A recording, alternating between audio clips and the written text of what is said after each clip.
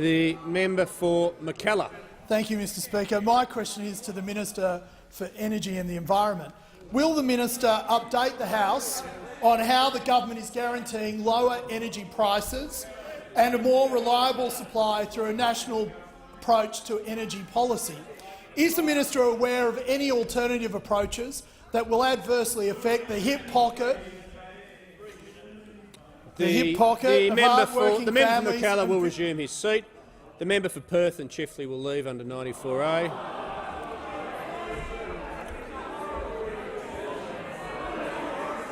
The member for Chifley and Perth aren't engaged in a sitcom. They'll be named if they don't leave immediately.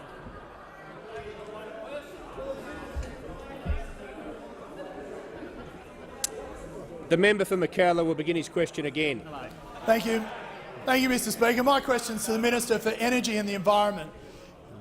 Will the minister update the House on how the government is guaranteeing lower energy prices and a more reliable supply through a national approach to energy? Is the minister aware of any alternative approaches that will hit the hip pocket of hard-working families and businesses in Bennelong and across Australia? The Minister for Energy and the Environment. Thank you, Mr Speaker. I thank the member for Mackellar for his question and know that he strongly supports the efforts by the Turnbull government to create a more reliable and affordable energy system. The efforts that we have undertaken with the gas supplies, which has seen and others more gas. Cease interject. The minister just resume his seat for a second. It's very clear what the member for Lindsay and others are doing in trying to mimic the minister from an earlier answer. Frankly, no, let's just call it as it is. You've made the point. It might have been funny the first time, but I'm going to be blunt back. It actually becomes really juvenile. It's not what people come to question time to see. The minister has the call. Well, thank you, Mr Speaker. Well, the people of Australia who want lower energy prices don't want the juvenile policies put forward by those opposite, Mr Speaker. They don't want the juveniles in charge, they want the adults in charge, Mr Speaker. They want the adults in charge who are driving lower prices and a more reliable system by entering into agreements with the LNG suppliers to get gas supplied to Australians before it is exported overseas, to pass legislation through this parliament to stop the ability of the networks to game the system, the poles and the wire companies, to get an agreement with the energy retailers to offer a better deal to millions of Australians who are saving hundreds of dollars on their power bills, to take the decisions to invest in major storage projects like Snowy 2.0 and projects in Queensland and South Australia, which will see us create a more stable system.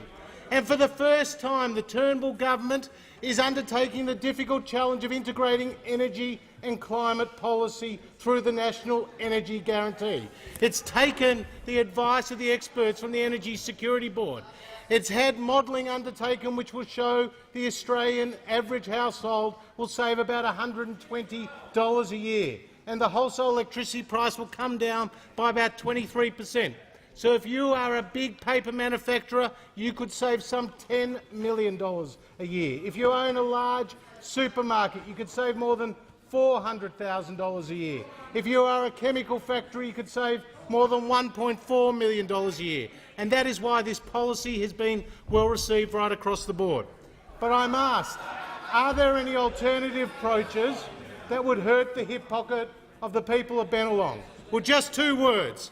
Christina Keneally, Mr Speaker. Christina Keneally. Because when she was a power broker in New South Wales Labor, energy prices went up by 60% between 2006 and 2011. That's not good news for the people of Epping.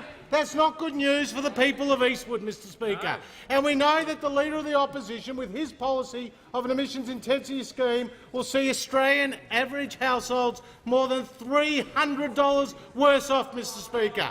That is the policy being put forward by the Labor Party. So if you want higher energy prices, support Christina Keneally. But if you want a more stable system, more affordable power, get behind John Alexander and vote Liberal in Bennelong.